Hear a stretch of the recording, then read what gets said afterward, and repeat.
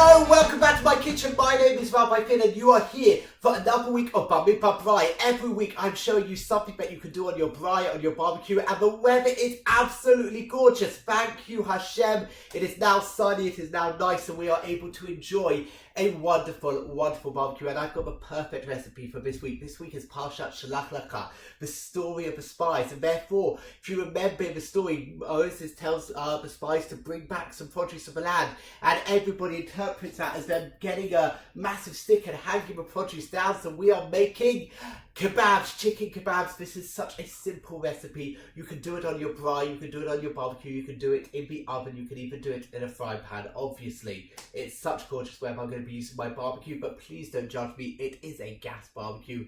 More on that a little bit later. So let's make the super easy, super tasty, amazing, finger-licking good chicken kebabs. Join me. Let's get started.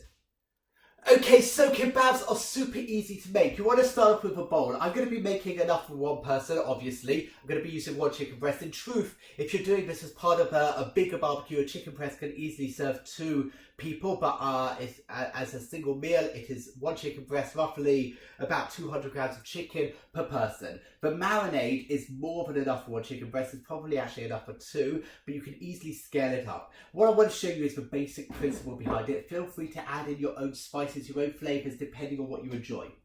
Trust me, always start with making your marinade first, then start cooking up the chicken, because you're going to only want to wash your hands once. So I want roughly about 4 tablespoons of oil. Ideally olive oil, but if like me you've run out of olive oil, use a mixture of olive oil, sunflower oil. You just want enough that you're going to be able to coat your chicken breast. Into there, we are going to put a teaspoon of cumin. Ground cumin, teaspoon of cumin. If you don't like cumin, just leave it out. That's the beauty of this recipe. It really is a mixture of flavours. And for those of you who recognise this recipe will realise it's very similar to my shawarma recipe, but it's such a good recipe. So, a teaspoon of smoked paprika. If you don't have smoked, use the non-smoked version, but the smoked version gives it such an amazing flavour. I like to do about 1/4 teaspoon of garlic granules. Again, feel free to leave it out if you don't like the garlic flavour. This is really going to be a mishmash of flavour. It's going to explode in your mouth, this flavour. Add about 1/4 teaspoon of onion powder.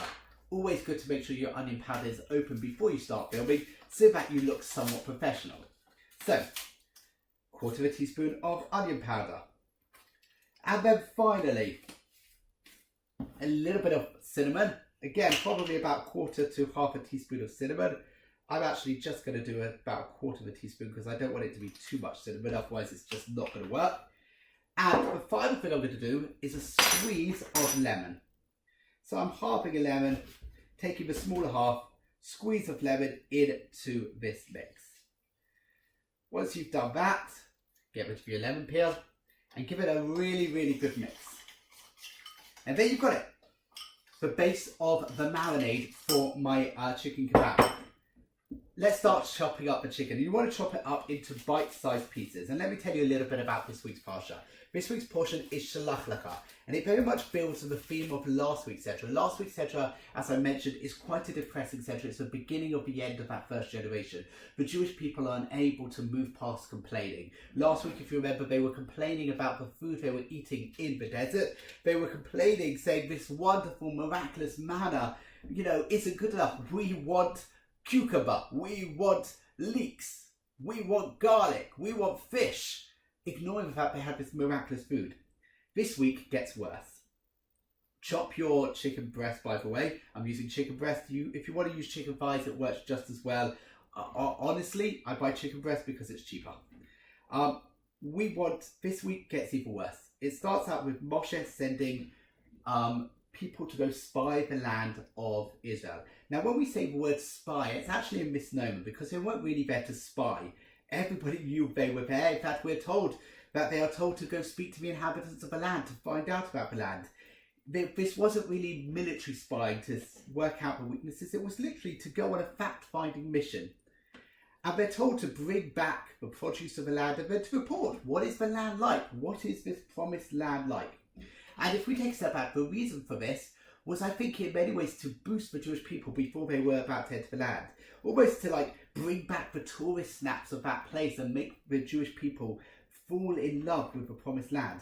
By bringing back the produce, they were going to say, wow, we're going to get a part of that. We're so excited, to really prepare the Jewish people mentally for entering into this land of Canaan, which would later be known as the land of Israel. And it all goes so well. The spies, they la Torah ta'aretz, they go around the land, they view it, and they come back and they give the most amazing report about the land. It is wonderful. The produce is amazing, and they show the incredible produce that they bring. It is a beautiful place. And that's where they should have stopped. Yet they continued with the famous word Ephes, but.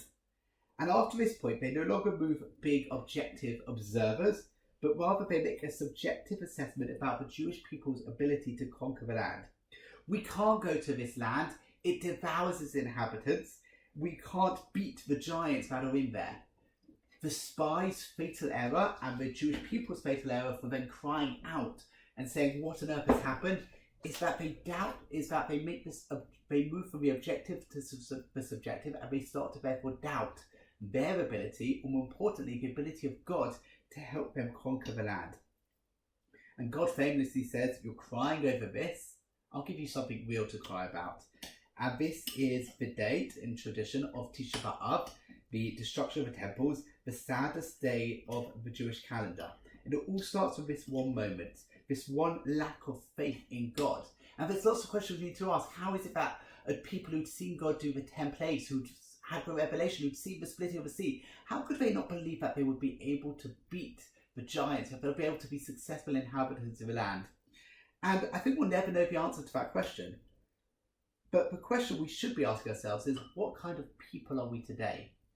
Are we objective observers who come to rational judgments, or do we take subjective but? Are we but people? Do we kind of look for reasons why we can't achieve something, or do we look for opportunities that we can fulfill? Something for you to think about. Now, as you can see, during that explanation, I've been cutting up my chicken into bite-sized pieces. As I said, the marinade is easily enough for 2 breasts of chicken. And what I want to do is leave this to marinate for as long as possible. At least an hour, ideally overnight. And leave it to marinate. Now, whilst it's marinating, if you're using wooden sticks, you want to soak them in water for at least half an hour before you put them on the barbecue.